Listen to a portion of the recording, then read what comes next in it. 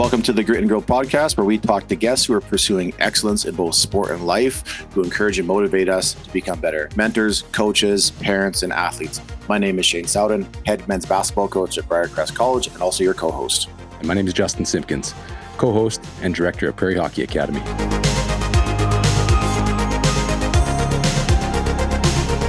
On today's episode of the Grit and Growth podcast, we interviewed Jackie Crum, assistant coach of the Wisconsin Badgers, originally from Regina, Saskatchewan. Jackie was a standout in the game of hockey. She went to University of Wisconsin as an athlete, super successful as an athlete at Wisconsin, played professional hockey over in Switzerland and Czech Republic, and then came back as a grad assistant, only now to enter into her 17th season, another national championship under her belt. Jackie brought a lot of wisdom for us. Not only did she tell us about what it means to mentor young athletes today and teaching them about adulting, which I thought was a great piece, but also just about the intricacies behind recruitment and what it means to have character. Shane, what was some of your biggest takeaways? Justin, probably my favorite thing is getting to talk to high-level coaches and finding out what really makes them tick, what gets them up in the morning. And we'll see the championships, we'll see the wins, we'll see the accolades, we'll see all those sorts of things. But when you dig down deep and ask some really good questions, I really appreciated hearing Jackie's perspective on what's truly important to her as a coach and the impact that she's trying to make well beyond the years that she gets to coach these girls on the ice, but what matters off the court and into the future. So Jackie shared some great nuggets of wisdom and really enjoyed this one.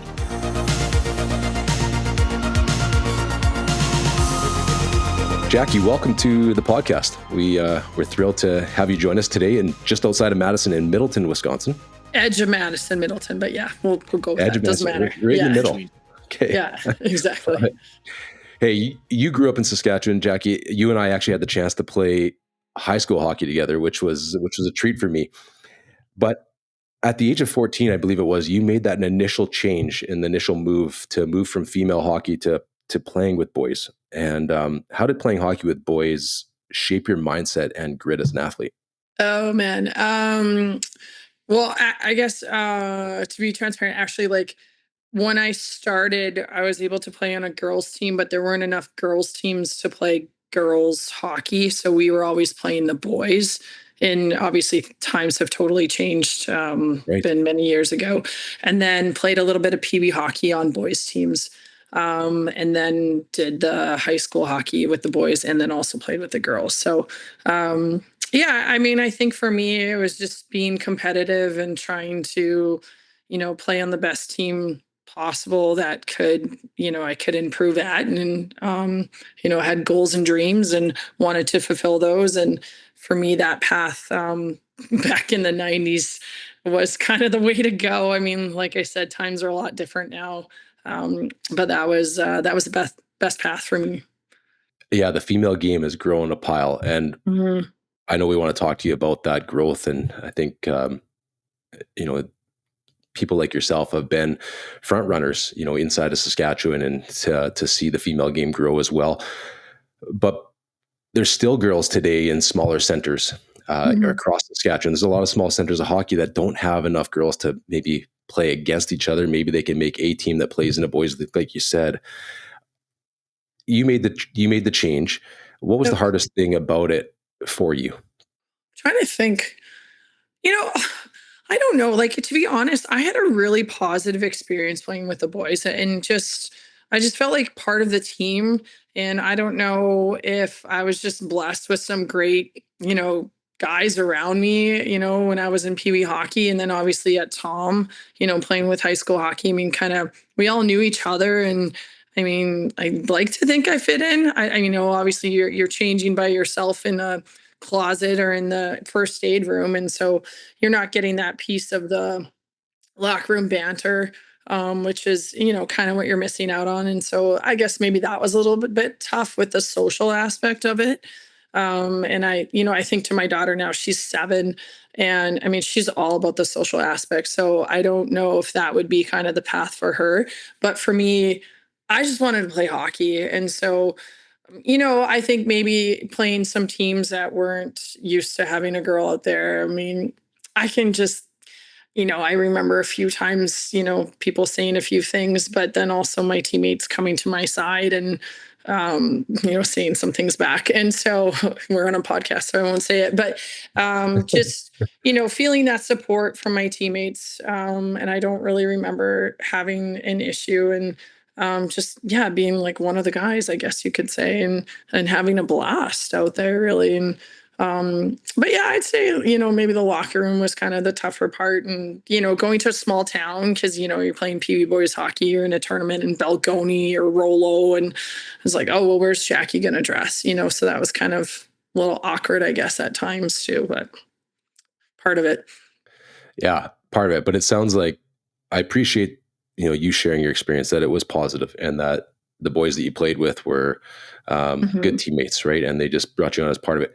I know we have listeners that are parents here and young athletes that are female hockey players that are kind of looking like what's next for me, because I am in that small center. So your experience will, I think really help them make that decision. So the best part of it for you was just that opportunity to play in a full team at a higher level and Mhm. transition that way.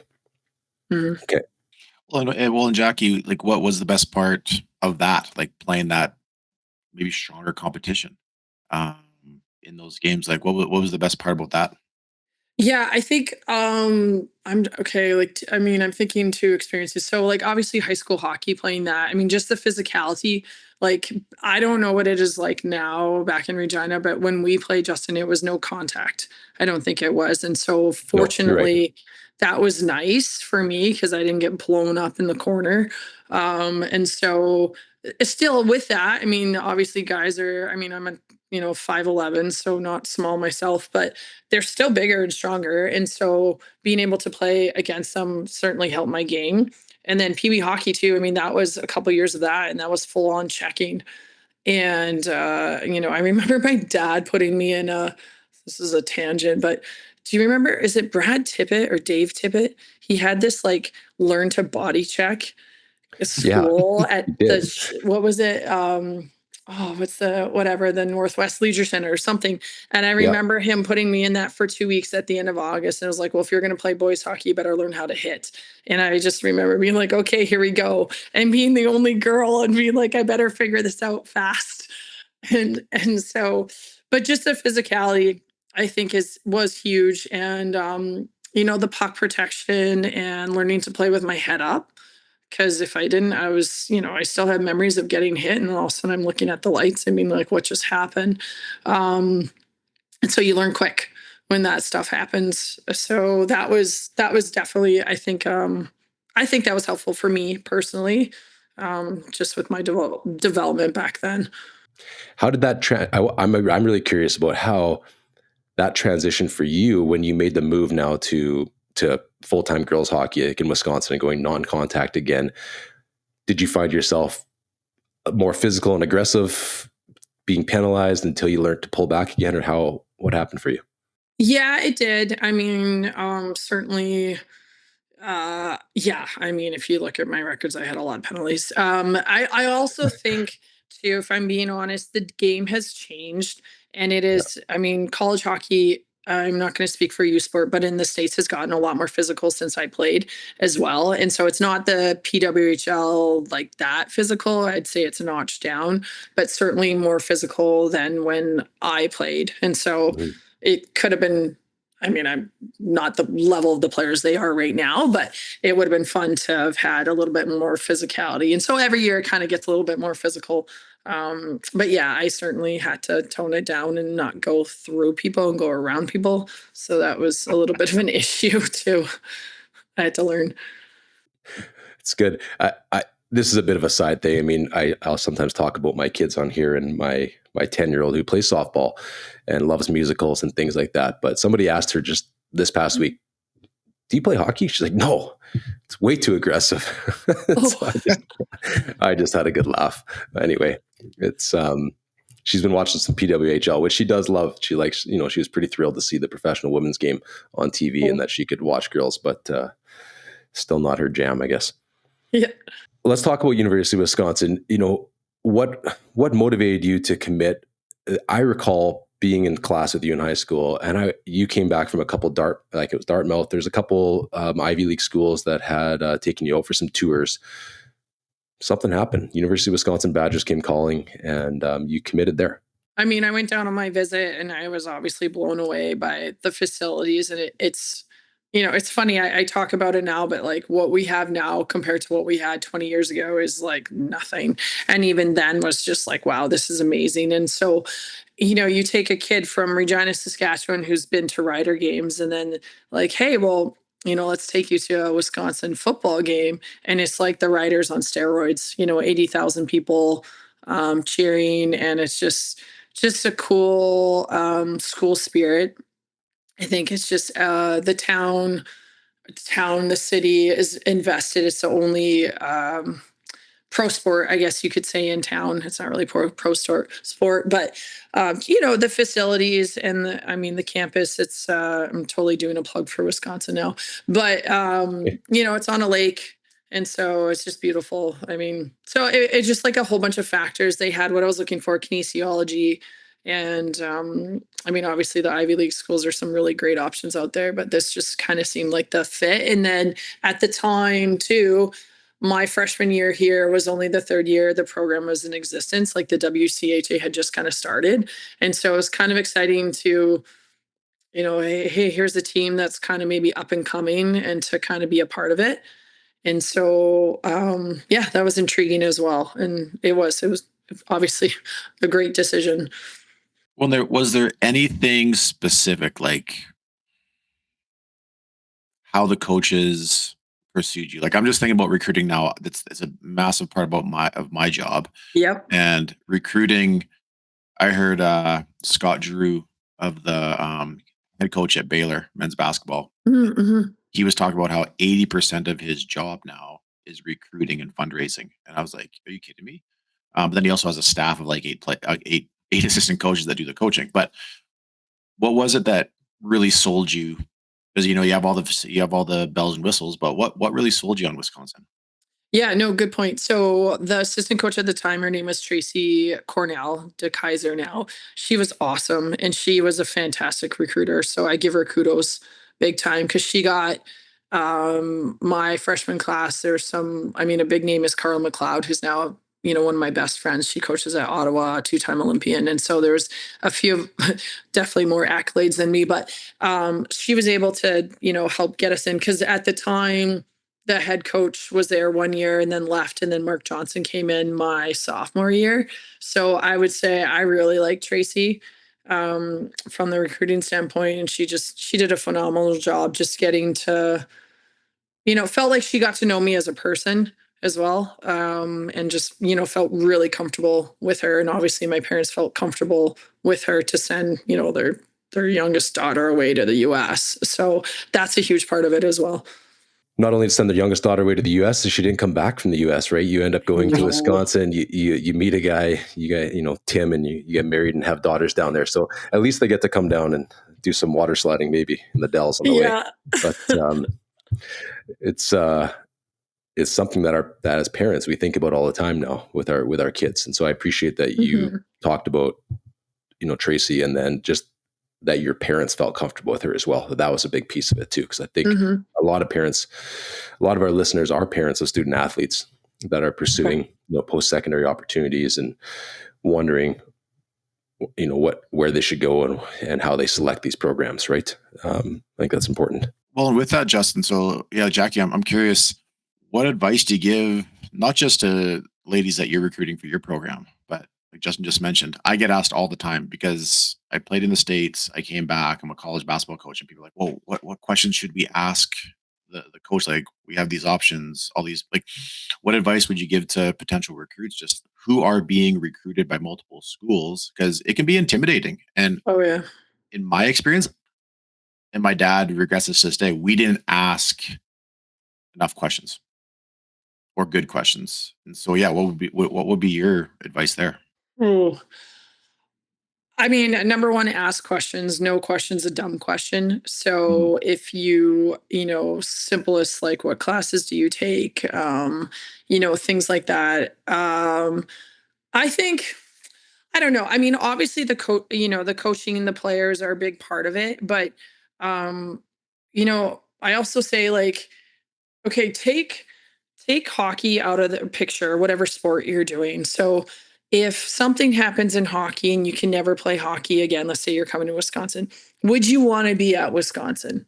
So if you take that part away, do you feel comfortable at this school? Because I mean, it doesn't. I mean, point whatever 1% chance it would happen, but that's kind of the feeling I want these players to feel like too. I mean, obviously, hockey school is a really big part of it, but I mean, maybe it's different on the guy side. I don't know, but I mean, girls can go pro to PWHL, but like you're getting a degree, right? And so is this what you want in your future, this degree or what you're looking for? And take hockey out of it. Can you see yourself here?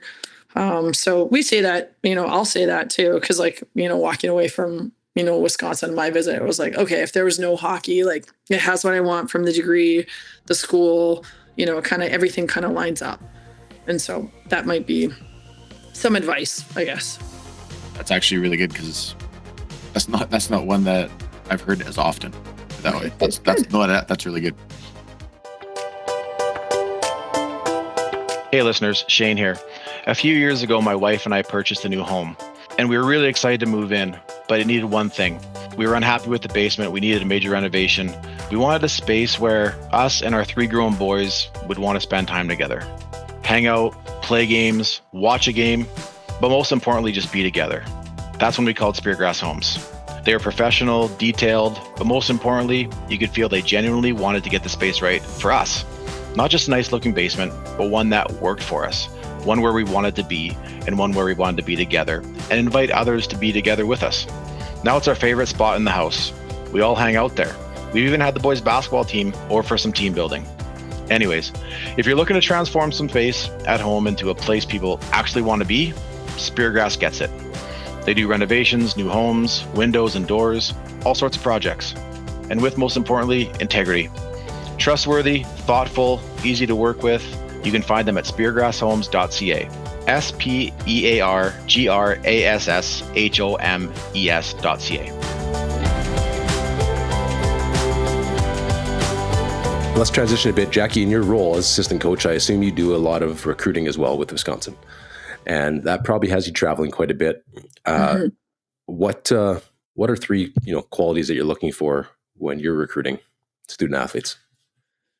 Oh, okay. Assuming they can play the game. That's the skill level is kind of the given. Skill sets there. Skill sets there. Yeah. They're good. Okay. They're a good player. They're a good player. I want them. Character, number 1. What kind of person are they? Yeah, I mean, character is huge. I think just, part of recruiting is getting to know these players and phone calls and, talking to them on the phone and getting a feel for them. What are their values? What are their goals? How can we align those together? Obviously. I think academics is huge. I mean, maybe it's going away from some sports and recruiting, but I would just say, if there's listeners out there that, parents of these, student athletes, the better the grades marks that you have, the more opportunities are going to come. And so obviously, schools can maybe have some wiggle room getting players in that maybe don't have the best grades, but I'm telling you the stress level that we have of, a player that has fantastic marks can just seamlessly enter school and the back channel, whatever, how it works is awesome, and it opens doors, Ivy, whatever school you want, U Sport, I mean, it doesn't matter. So I mean, I think that's huge for that. So just what kind of person they are. Well, Jackie, speak real quick to the grades thing, because this is something that was eye-opening to me when I went south. And it's different when you cross that border. I found it was very different. Based on your grades, if you had good grades, even if you're Canadian going to a school in the States, there was all like the scholarships and the opportunities for grants, and it's massive, and things being waived. I don't know if it's still the same, but I think in my case, I just thought, oh, I just need to be a really good baseball player. Mhm.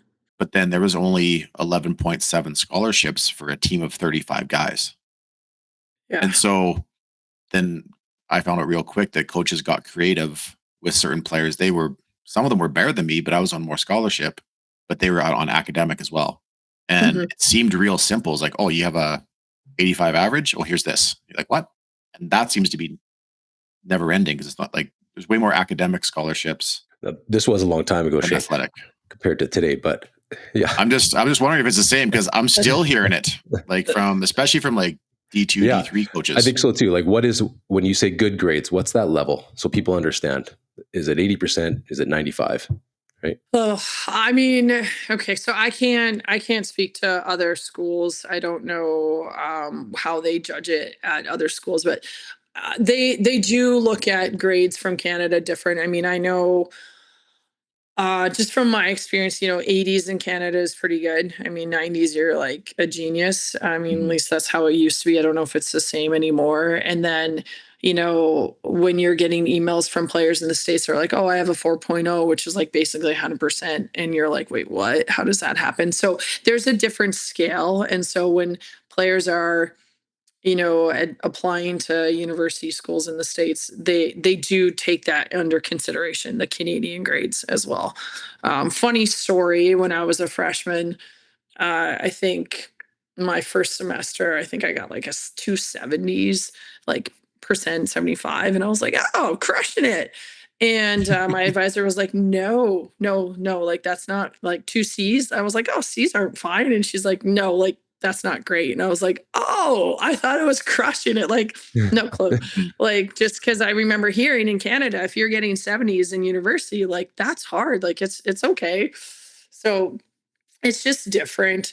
But in regards to scholarships and things like that, every school is different. And yeah, coaches are creative. And I mean, when you're in non-revenue sharing sports and you don't have money to throw around, if a coach sees that, hey, you have a whatever 90% average, and I can give this player 80% scholarship and then buffer it with 20% academic, yeah, they're going to be all over that and excited about it as well. So that's just going to help. It's good. You did talk a little bit about character, value, and goals. A little bit phone calls and things, but I guess what I'm curious about is for you and your coaching staff and at Wisconsin, what does character mean to you? Like, right? Yeah. uh, Let me lead with this. I think that character is a skill, and I think that we can develop it just like we mhm. can skating or shooting the puck. But rarely are we practicing it, reviewing it, decisions athletes make, and holding them accountable to it. So I guess that's my question: is when you guys are looking at character, what does that look like, and how deep of a dive do you do? Like, should our athletes be aware when they're in high school about their social media accounts, um, their billets? Like, are we talking? Are people, are programs calling all these individuals, looking into all these things? Mhm. Great. Thanks for teeing me up for that. Yeah. And so, yes, one, we're calling their coaches, be it high school or club coaches. We don't deal with billets on the female side like the guys would. And so, yeah, what is, Sally like in the locker room? What is she, is she take feedback on the ice? Is she coachable? I mean, that's big. Are they coachable? Are they going to take it? And implement it, or are they like a know-it-all? Oh yeah, I already know that, coach. Are what's their social media accounts like? And so I'm on Instagram. I'm not on TikTok. I can't quite get myself there. I'm on, X, but the young kids are not on X anymore. And so, yeah, I'm looking at Instagram accounts. If there is, a player I'm interested in, I'm definitely searching them up and I'm following them on Instagram. What are they posting?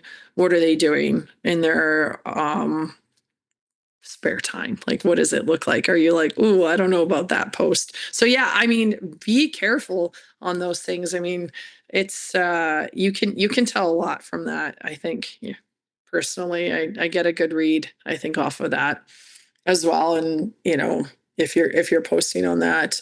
I guess other things I'm watching when I'm sitting in the stands, what are they like on the bench? Mhm. What are they doing in between shifts? Or what are they, if I'm watching a player really close that I like, are they skating hard back to the bench?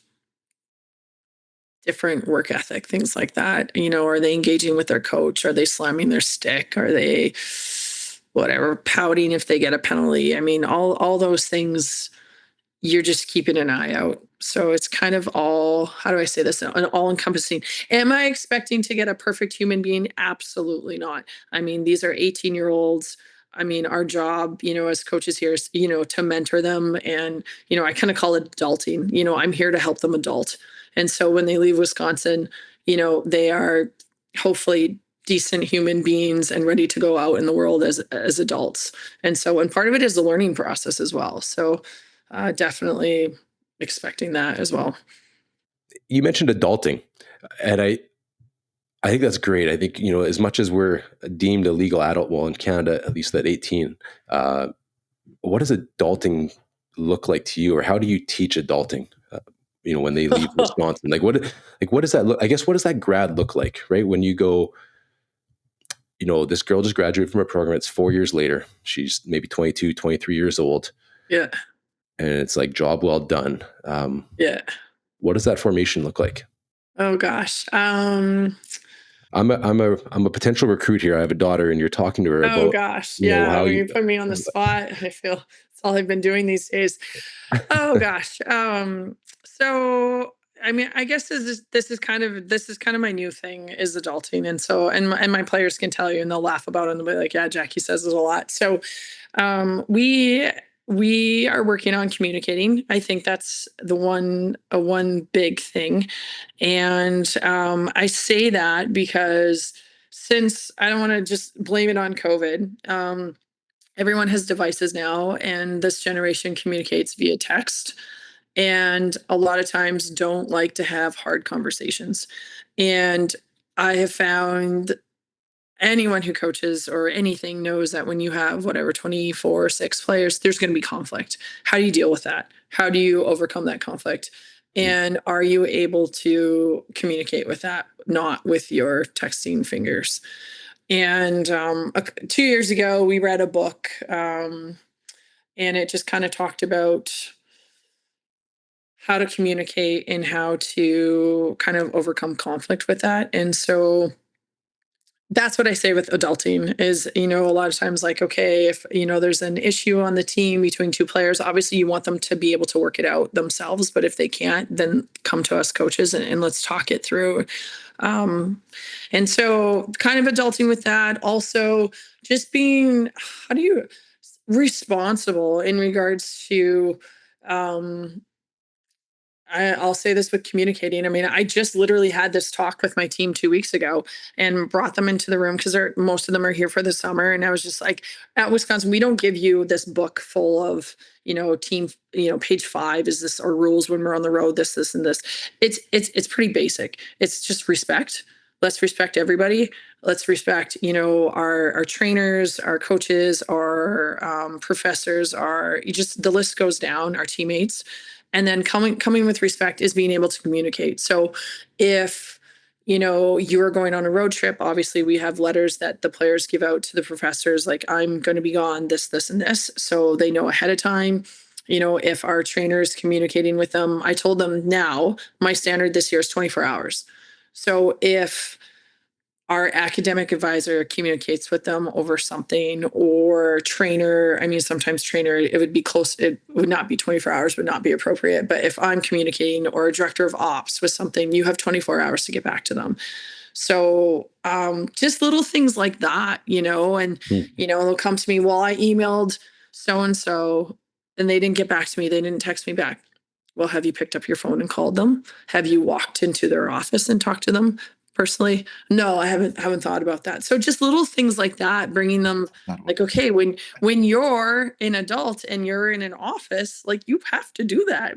If they don't respond back to you, like, you have to push for that. So it's really interesting. It's kind of fun, to be honest, and interesting. And it's just cool to watch them develop, or be like, Jackie, like I'm on top of this year, a player that maybe had a tough year and, wasn't on top of their schoolwork.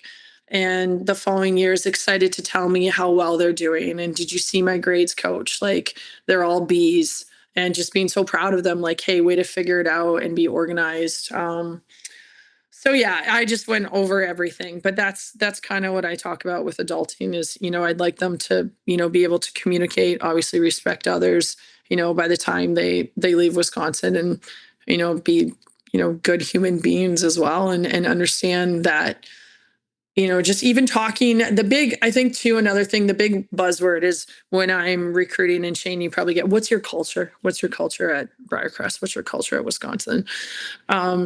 And so the big thing is to have people understand that, like, it's not going to be butterflies and roses every day. And I mean, there's going to be conflict, there's going to be adversity, but it's like, how do you deal with it and how do you overcome it? And to me, that's super important. Like, moving forward, and how do you get the team to come together to handle any adversity that they may have? And it happens every single year. Doesn't matter what it is, it could be different, but every single year it happens. And what do you do? How do you deal with it? And how do you move forward? Well, I'm hearing it's a journey. This Yes. whole thing is a journey. But what's from walking this journey now for a number of seasons, developing culture, building these women, what's the best part about that? Oh gosh. Seeing it come together at the end, I think, is exciting. I mean, yeah, winning championships is amazing. It's a very, very high. But I mean, we all know how those games go. They can go either way.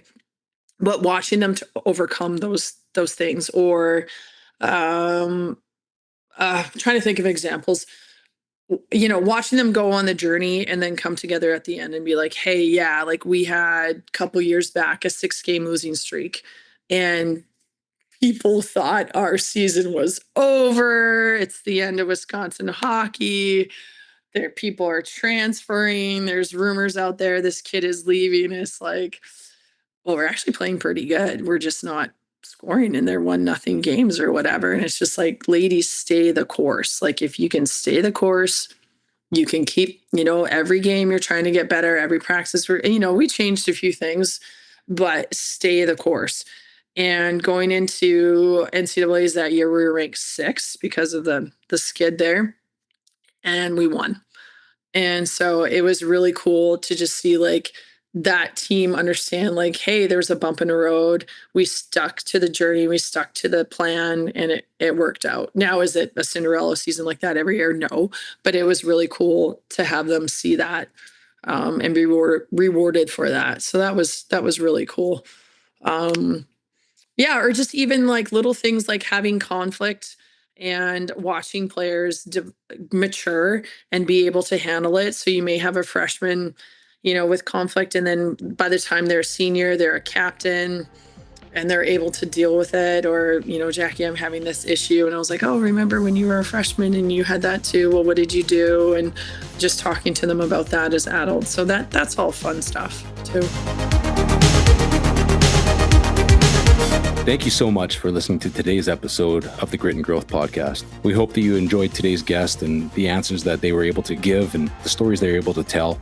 If you did enjoy today's episode, we'd ask that you would just follow or subscribe to our podcast. It does help us get the word out in our message. Thanks again. Have a great day.